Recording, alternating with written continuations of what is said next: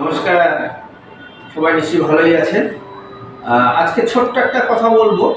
এই দেখবেন বাচ্চা আসার পরে, পেটে মাদের বাচ্চা আসার পরে ডাক্তারবাবুরা প্রায় এই স্ক্যান করো, ওই স্ক্যান করো করতেই থাকে, নানা রকম স্ক্যান করে।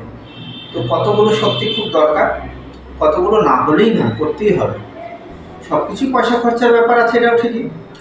তার প্রথম যেটা আমরা সাধারণত ডাক্তারবাবুরা বলে থাকে, ডেটিং স্ক্যান। মানে বাচ্চাটা ঠিক এই সময় কত উইক্সে রয়েছে সেটা খুব দরকার হয়, এটা গাইডলাইন্স হিসাবে একটা মাপ। এটা ডেটিং স্ক্যান করে, ডেটিং স্ক্যান। তারপরে যেটা করা হয় সেটা হচ্ছে এনটি স্ক্যান। এনটি স্ক্যান মানে হচ্ছে কিছুই না, এই ঘাড় আছে আমাদের, এই ঘাড়ের পেছনে এই যে আমাদের মাংসপেশিটা রয়েছে, এইখানে জল জমে একটুখানি নর্মাল, সেটা আমরা মাপি। এর থেকে কিন্তু অনেক কিছু অ্যানোমালি, অনেক কিছু খারাপ কিছু আমরা ধরা পড়ে। সেই মাপটা থেকে, জলের মাপটা থেকে আমরা বুঝতে পারি, তাকে এনটি স্ক্যান হয়। তারপরে সাধারণত যেটা বলা হয় একটা অ্যানোমালি স্ক্যান, মানে বাচ্চাটার সব কিছু অঙ্গ প্রত্যঙ্গ স্ট্রাকচারাল সব কিছু ঠিক আছে কিনা। কিছু কিছু অন্য অ্যানোমালি, মানে ধরুন মাথাটা ঠিক আছে কিনা, হাত পার সব কিছু অর্গানগুলো ঠিক আছে কিনা, হাতটা ঠিক চলছে কিনা, এসব নানা রকম কিছু জানা যায়। আমাদের দরকার এটা খুব।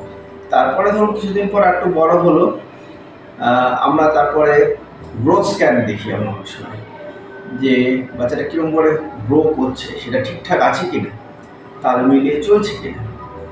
আর শেষের দিকে আর একটা ছোট্ট করে করা হয়, সেটা আমরা অপশনাল, করতেও পারি নাও করতে পারি, কিন্তু করতে পারলে ভালো হয়। কিন্তু ওই একটা কথা, সব কিছুতে তো পয়সার ব্যাপার আছে।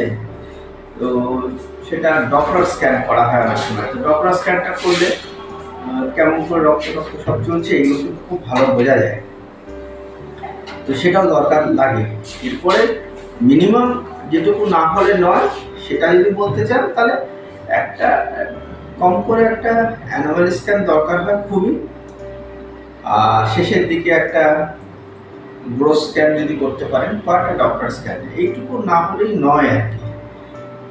সব কিছু পরিষেবাই আমাদের হসপিটালে হয়, বেশিরভাগ হসপিটালে আছে।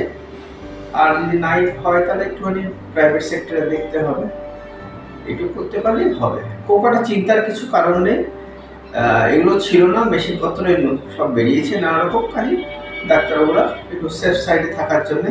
তাহলে হঠাৎ করে 9 মাসের মাথায় একটা বাচ্চা দিলেন, বাচ্চাটা একটা কোনো একটা বিকলাঙ্গ বাচ্চা জন্ম হলো, তো সেটা তো কেউ চায় না। একটা সোসাইটির উপরে বার্ডন যেমন পড়বে, আপনার উপরেও বার্ডন পড়বে। তো সেই জন্য এইসব যন্ত্রপাতি বেরিয়েছে। একটু সহযোগিতা চাই আপনাদের দিক থেকেও, ডাক্তারবাবুরা তো নিশ্চয়ই সহযোগিতা করবে, আর হসপিটাল তো রয়েছে। কেমন আজকে ছোট্ট করে বললাম, খুবই ছোট। এই ব্যাপারে বলতে গেলে অনেকক্ষণই সময় লাগবে, একটা ভিডিওতে কিছুই হবে না।